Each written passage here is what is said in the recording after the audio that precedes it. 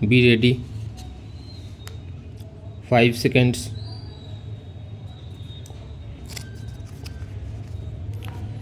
Start. Ladies and gentlemen, I am delighted to be here once again in this historic and holy city of Kathmandu. Since my arrival, I have been overwhelmed by the warmth and affection of the people of this city. I convey my sincere thanks to Honorable Prime Minister of Nepal for according me the honor of this civic reception. The city of Kathmandu has certainly expanded and grown since the days of my previous visits.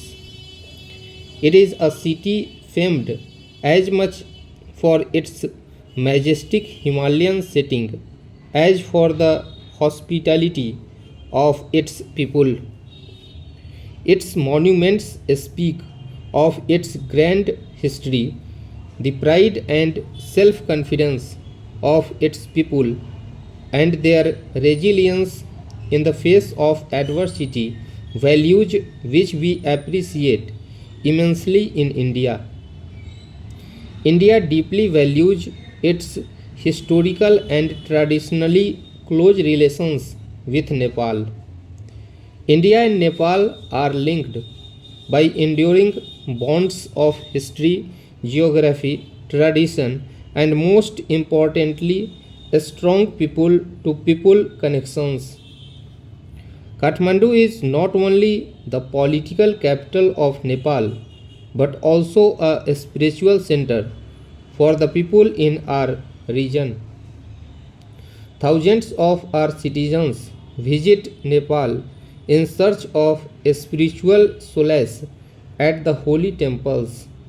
Similarly, people from Nepal visit Varanasi in the north and Rameswaram in the south in search of spiritual inspiration. My visit to Nepal is also a kind of pilgrimage. It is a mission of friendship to foster ever greater understanding and cooperation between our two countries. There are no two sovereign nations in the world like India and Nepal, sharing a common culture and having an open border between them.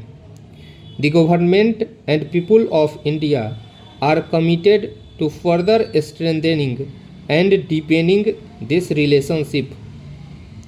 India fondly remembers the support that her freedom fighters received from the leaders and people of Nepal during our struggle against foreign rule. Today, as Nepal is engaged in consolidating the gains of democracy, empowering its citizens, and pursuing the goals of peace and development, India is happy to support Nepal's efforts. We wish the people and the government of Nepal every success in the important task of implementing its constitution, taking on board all the sections of its society.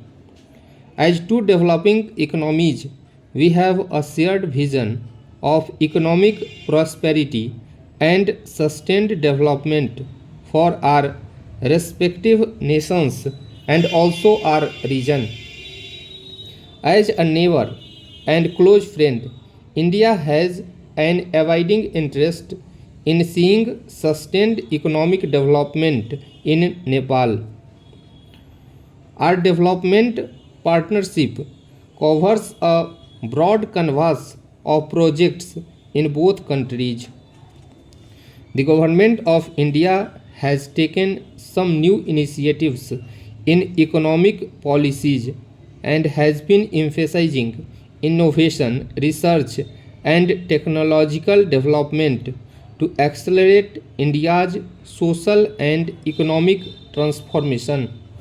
These policies are aimed at raising India's agricultural productivity promoting manufacturing for employment generation and boosting the services industry. India and Israel can work together in each of these areas. Agriculture is the mainstay of the Indian economy. In this vital sector, our government's policy has been to grow more crop per drop. Our farmers face the challenges of uneven distribution of water. We often have floods in one part of the country while there is drought in another. Our scientists should collaborate to deal with these challenges. We also seek assistance to clean our rivers, particularly the Holy Ganga. To stimulate our domestic manufacturing sector, Government of India has launched an ambitious Make in India campaign. Israeli innovation and technology can combine with Indian engineering and scale to manufacture in India. Such a partnership, particularly in the defense sector, has the potential of creating new markets and generating more jobs both in India and Israel. In both our countries, the service sector is growing fast. This is another area where we have complementary strengths. India is one of the largest exporters of software in the world. Every year, more than 4 lakh English speaking engineers graduate from Indian universities. The number of startups in India is expected to cross 10,000 in the next 2 years. I am happy that the Israeli government has opened a consulate in Bangalore, India's Silicon Plateau. As visitor of 114 institutions of higher learning in India, I have personally placed a great deal of emphasis on developing educational linkages between Indian institutions and universities abroad. India produces first-rate managers and engineers who are highly regarded by global companies. The current CEOs of both Microsoft and Google are graduates of Indian engineering colleges. In the coming decade, the emphasis in our educational institutions will be to strengthen innovation and research. A delegation of vice chancellors of Indian universities and scientific institutions is accompanying me on this visit.